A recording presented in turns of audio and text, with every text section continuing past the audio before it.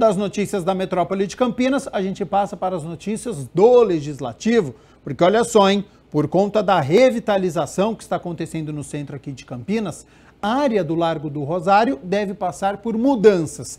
E a vereadora Guida Calisto levantou questionamentos sobre a preservação do local da antiga Igreja do Rosário. A vereadora Guida Calisto fez um requerimento solicitando informações sobre as reformas da Avenida Campos Sales e a aprovação do CONDEPAC sobre as intervenções no sítio histórico das fundações da antiga Igreja do Rosário. A parlamentar explicou o contexto histórico para embasar sua solicitação. No local havia uma igreja que foi construída por negros escravizados da Irmandade Nossa Senhora do Rosário. Essa igreja tinha, desde 1817, ela tinha, enfim, uma atuação muito forte ali no centro, porque reuniam vários negros, principalmente os negros religiosos, porque eles faziam um verdadeiro sincretismo religioso, ou seja, eles usavam os elementos das religiões de matriz africana, né, e faziam adaptações com a religião católica cristã, para que eles pudessem ter condições de poder proferir a sua fé. Por muito tempo, esta área foi palco de procissões, apresentações e um forte ponto de encontros culturais. Por volta da década de 30, o país passou por um processo chamado de democracia racial, que, nas palavras da própria vereadora, era uma tentativa de mostrar que não existia racismo no Brasil. Dentro desse processo, vem uma proposta aqui para Campinas de querer urbanizar a cidade. Esses projetos urbanísticos, que nada mais, né, é do que um processo de higienização, um processo de higienização social, política, econômica, de expulsão, principalmente de uma população ou de uma comunidade que não é benquista por um setor da elite. Isso aconteceu naquele momento. E ali apresentou-se um projeto que na época era do prefeito Rui Novaes, que ele acabou sendo quem implementou de fato esse projeto, que demoliu essa igreja. A demolição dessa igreja aconteceu em 1956, quando se faz toda a demolição para poder apresentar um projeto urbanístico de alargar as ruas ali, Avenida Campos Sales, Avenida Francisco Glicério. No documento, ela questionou se houve aprovação do CONDEPAC, o Conselho de Defesa do Patrimônio Cultural de Campinas, sobre as intervenções no sítio das fundações da antiga igreja. Para ela, resgatar essas informações é uma forma de valorizar a história. A gente tem que respeitar a nossa história, né? A cidade de Campinas é uma cidade que, quando você para estudar a história dela, você vê uma história maravilhosa, uma história que foi construída, uma cidade, né, que foi erguida por mãos de mulheres, de homens, negros, brancos, trabalhadores, operários, da elite também, enfim, mas por muita gente, e isso tem que ser preservado. Então, quando se vem com um processo desse de demolir uma igreja como essa, tão simbólica, tão importante, eu entendo que o Largo do Rosário, ele acaba sendo um território negro, né? Um território negro na cidade que muitas vezes a gente não sabe da nossa história. Os nossos alunos na escola não sabem dessa história e que precisa ser preservada, né? A nossa cidade tem que resguardar toda a nossa cultura, a nossa história. E olha só, baseado em lei espanhola, o vereador Marcelo Silva apresentou um projeto de lei que cria um protocolo de segurança a mulheres em bares e casas noturnas. O vereador Marcelo Silva protocolou um projeto de lei contra o assédio e estupro de mulheres, baseado em uma lei espanhola, que levou à prisão do jogador Daniel Alves, acusado de ter estuprado uma mulher de 23 anos em uma casa noturna em Barcelona. A proposta visa abranger locais de lazer e estabelecimentos públicos ou privados destinados ao entretenimento, como bares, boates, clubes noturnos, casas de eventos, restaurantes, espaços alugados para a realização de shows e festivais. Com certeza nós pegamos como exemplo, né, esse caso aí emblemático de uma lei que realmente tem efetividade e que foi feito o que segue na legislação, o que segue na lei. É um caso de um jogador famoso que assediou, né, sexualmente uma pessoa numa determinada casa noturna e hoje encontra-se preso. Então nós, obviamente, atentos ao que já deu certo, tivemos aí esse intercâmbio com a Espanha, pegamos esse projeto de lei e traduzimos e adequamos à nossa legislação brasileira. Segundo a justificativa do projeto, a matéria cria um protocolo de segurança à mulher, com ações preventivas, fixação de cartazes nos estabelecimentos e também atendimento prioritário no local da ocorrência, respeitando sempre a decisão da vítima e fornecendo também orientação de como responsabilizar o agressor. Basicamente, os estabelecimentos, aí são casas noturnas, bares, restaurantes, primeiramente ele tem que estar preparado para algum tipo de ocorrência, porque muitas vezes a gente fala, quando acontece, o que fazer? Acho que o ponto 1 é o treinamento, né, dos funcionários, das pessoas. O ponto número 2, o que teve é o pronto atendimento no local específico. Ponto número 3, que o estabelecimento forneça todas as imagens de imediato para a polícia. E o ponto número 4, que obviamente que o estabelecimento também forneça qualquer tipo de informação e de forma célere, de forma rápida. O PLO segue em tramitação para se tornar uma lei municipal. Para isso, terá de ser aprovado em 2 votações pelo plenário da Câmara e, na sequência, receber a sanção do prefeito de Campinas. Muitos projetos são feitos, né? E a gente não vê a eficácia e a praticidade dos projetos. Esse projeto a gente teve o cuidado, obviamente, de trazer, de adaptar a nossa legislação para que realmente ele tenha eficácia, para que ele seja aplicado na vida real.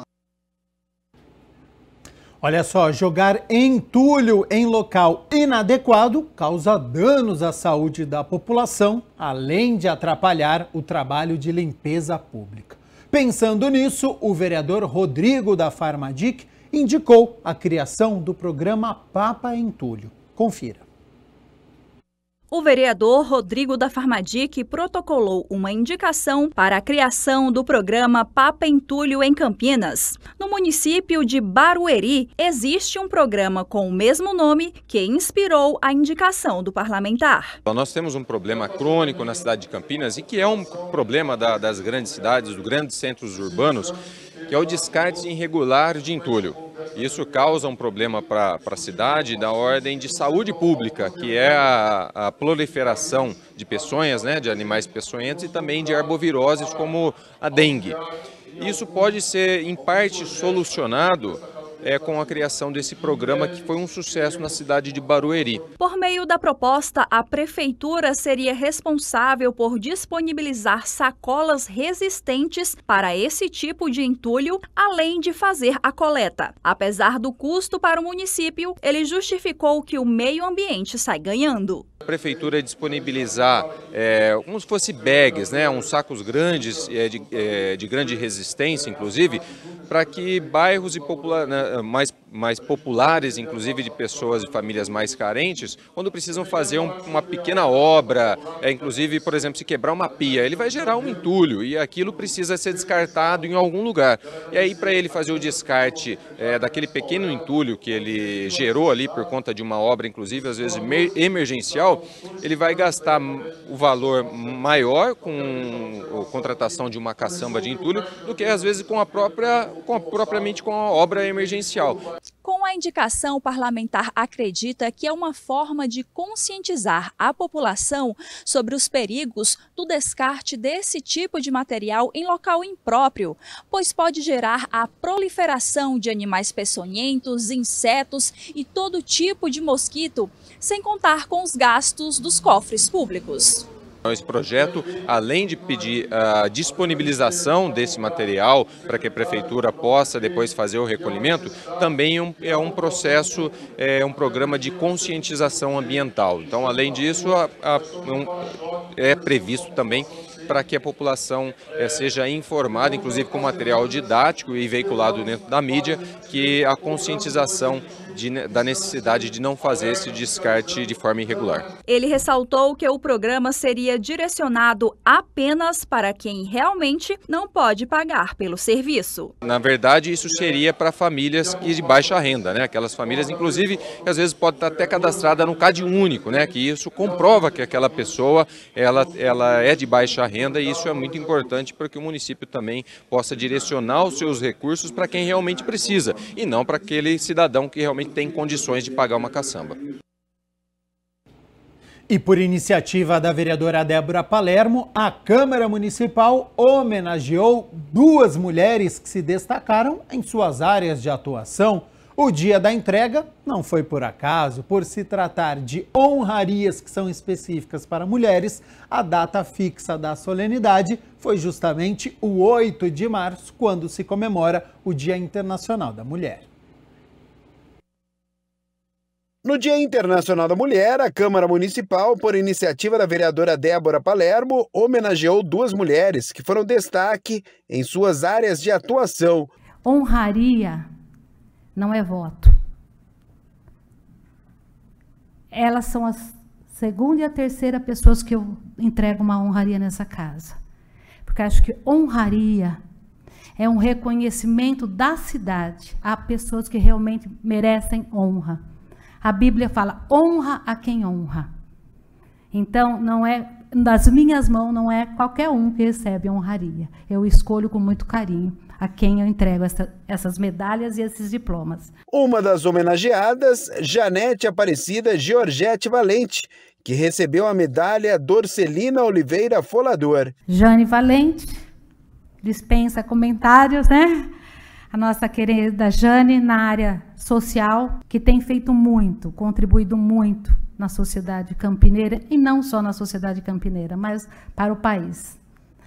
Merece todo o reconhecimento, todo o nosso carinho. Eu acho que eu estou falando hoje, rapazes, né, para as grandes mulheres que estão aqui presentes, mas o quanto cada homem, né, presente na nossa luta, na nossa batalha, tem feito, né, a diferença, a sensibilidade, né, de tudo aquilo que a gente vem realizando nos trabalhos de políticas públicas, Thaís Zezé, Adriana.